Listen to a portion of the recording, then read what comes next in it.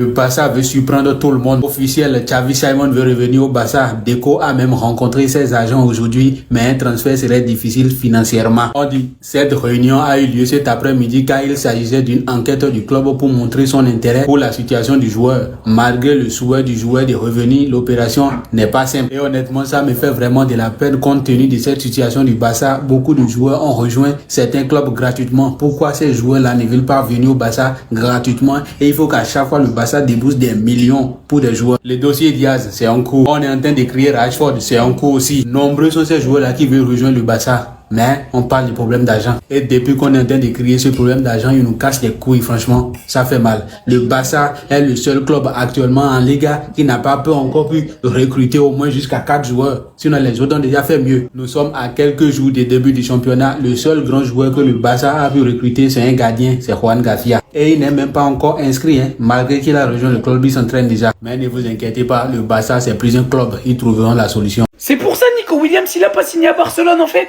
Asseyez-vous, je vais vous raconter une histoire. Vous allez kékra. Pour ceux qui n'auraient pas suivi, Ter Stegen s'est entraîné seul lors de la pré-saison.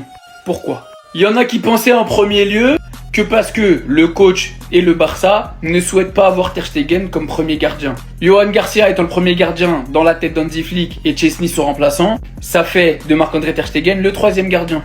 Et normalement, Ter Stegen est censé être poussé vers la sortie. Mais coup de théâtre. Alors on sait pas si c'est vrai ou si c'est de la communication pour ne pas partir, mais il paraîtrait que Ter Stegen souffrerait de fortes douleurs au dos et la physiothérapie n'a pas donné de résultat. Il envisage donc une intervention chirurgicale, une décision sera prise dans les prochains jours, ce qui le rendrait indisponible pendant 4 mois. Donc il fera pas la tournée asiatique avec l'équipe.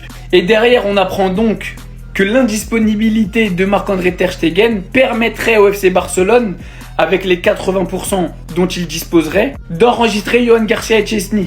Donc c'est quoi ces 80%? C'est-à-dire que, en étant indisponible, Marc-André Ter Stegen peut dégager du fair play financier. Enfin, le Barcelone peut dégager du fair play financier sur Ter Stegen, grâce à son absence, comme il s'était passé avec la blessure de Christensen, où on a pu enregistrer Olmo, et on pourrait prendre 80%. Et donc avec ces 80%, la possibilité et que ce fair play financier dégagé par Ter Stegen nous permet au FC Barcelone d'enregistrer des joueurs ou de recruter un autre joueur.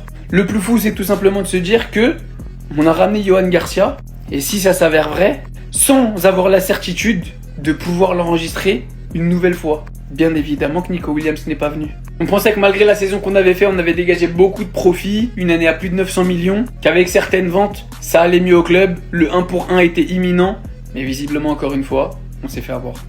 Rupture de stock totale pour le maillot Lamine Yamal numéro 10, c'est un carton, ça se vend les gars comme des petits pains.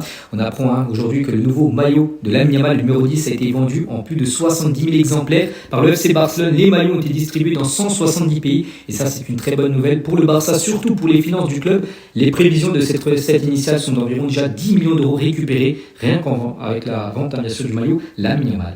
On va parler cette fois-ci d'un ancien blaugrana, Xavi Simons, et le néerlandais veut revenir du côté du Barça. N'oubliez pas qu'à l'époque, il était au centre de formation du Barça, la Masia. Donc Xavi Simons veut revenir au Barça et Deco, le directeur sportif du FC Barcelone, a déjà rencontré les agents de Xavi Simons.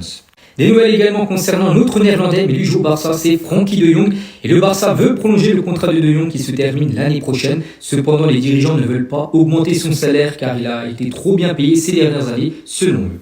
Et on finit aujourd'hui avec Marc-André Ter Stegen qui pourrait être absent les 4 prochains mois. Le gardien allemand est arrivé à la reprise de l'entraînement avec de grosses douleurs au dos. Il pourrait choisir d'être opéré. Le FC Barcelone ne comptait déjà pas sur lui et peinait à le vendre. Et bien sûr, s'il est blessé, ça sera encore plus compliqué de faire partir Ter Stegen.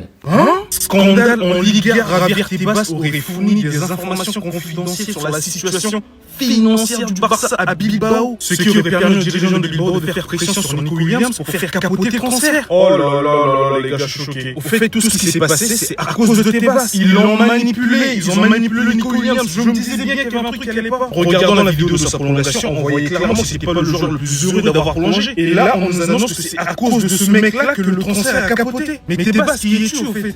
Qui es-tu? Qu'est-ce que tu veux au FC Barcelone? Ce mec-là est prêt à tout pour nuire au Barça, wesh. Quel championnat vous voyez un président parler autant dans ce club? C'est le seul président qui parle de la situation financière d'une équipe de son championnat publiquement. C'est le seul président en Europe qui se mêle toujours, chaque année, du mercato d'une équipe de son championnat. Et c'est toujours le Barça. C'est quoi son problème à lui, wesh? Jusqu'à aller faire capoter un transfert. Non mais c'est une dinguerie, les gars, j'arrive pas à y croire. Comment on peut haïr une équipe de cette façon? On ne t'a jamais rien fait. Non, je comprends tout. Je comprends tout a du sens en fait. Ce genre de choses-là, ça arrive en Espagne avec tes passes. Un président qui fournit des informations confidentielles, les gars, confidentielles. Des informations sur la situation financière, tu les fournis à un autre club rival. C'est un cirque en fait. Non mais là c'est une folie, il y croit vraiment à tous les Barcelonais. Nico Williams a fait une interview aujourd'hui où il a donné la raison pour laquelle il n'a pas signé avec le FC Barcelone. Vous allez vraiment halluciner. Je tiens déjà à vous informer que du côté du FC Barcelone, la clause libératoire de Ronald Araujo qui est de 60 millions d'euros expire aujourd'hui et aucun club ne l'activera. Sa clause va donc passer à 1 milliard d'euros. Tellement le gars s'est terminé les plus terribles, il n'y a personne qui a venu claquer les 60 millions d'euros là sur lui. Tout le monde sait que c'est un cadeau empoisonné. Et du côté de Marc-André Ter Stegen, c'est de pire en pire. Malgré que les entraînements collectifs du côté du FC Barcelone ont commencé, lui il a décidé de se retirer. Et il a dit que le gardien allemand s'entraîne en salle comme un moyen de mettre la pression sur le club. Non pas pour partir, mais pour avoir sa place dans le Barça 2025-2026. Le gars veut vraiment pas partir, il veut être le gardien numéro 1 du Barça. Et en plus de ça, il y a une semaine, Hansi a informé qu'il sera le troisième gardien désormais au FC Barcelone et que Juan Garcia et Uchi Chesney seront devant lui. Le gars veut faire un bras de fer avec le FC Barcelone. On t'a dit qu'il ne sera pas le gardien numéro 1, va ailleurs. Et concernant Nico Williams, c'est comme je vous ai dit aujourd'hui, il a fait une interview où il a parlé de sa prolongation. Il dit je voulais continuer à écrire une histoire à San Mamés avec mes supporters et ma famille. Il y a de gros titres en jeu comme la Champions League. En gros, là, l'Atlético Bilbao, leur objectif, c'est la Champions League. Pourquoi pas? Et il dit, il n'y a rien de mieux que de jouer cette compétition au service du club de son cœur. C'est ce qu'on va voir la saison à venir. Parce que là, le frérot, s'est déclenché, il a tellement sur lui. Il y a l'impression que le frérot, il est en train de foutre sa carrière en l'air. Au bout d'un mois, il s'agit de débrouiller. Et en plus de ça, on arrête de mentir, on sait tous parce que le Barça n'a pas tâché. Là, il parle comme si la légion venait vraiment de lui. Lucas Hernandez, s'il te plaît, pardonne-moi. Pardonne-moi, j'ai failli faire une vidéo sur toi, j'ai failli mal parler de toi, je suis 100% désolé. À cause des médias, c'est rentré dans mon cerveau. C'est rentré soi-disant, Lucas Hernandez voulait prendre la place de Nuno Mendes en tant que titulaire, sinon il allait partir ou il allait jouer autre part. Je suis un imbécile, je fais partie de ces gars-là qui sont des pigeons. Je suis désolé les gars, si vous aussi vous êtes dans la même situation que moi, on doit demander pardon à Lucas Hernandez.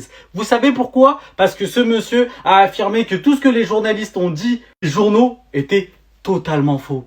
Il a même expliqué que s'il veut sa place, il va se battre à 100% pour prouver à son entraîneur Luis Enrique qu'il va aller taper le ballon et qu'il va aller prouver que Lucas Hernandez c'est pas personne. Et ce monsieur a dit qu'il voulait pas partir et il a continué à dire qu'ici c'est Paris. Et moi comme un imbécile de service, écoute merde, qu'est-ce que je fais? Je plonge dedans, je vais dans les rumeurs à 100%. C'est pour ça, il faut pas écouter les gens sans avoir de confirmation fixe. Lucas Hernandez m'a donné une leçon de vie, m'a donné une leçon de morale. Et pardon d'avoir douté toi, monsieur. T'es un super sub à la place de Nuno Mendes et on le sait. Je sais que t'es arrivé d'une grosse blessure et toi aussi tu le sais. Et on dit tous, pardon Nuno Mendes.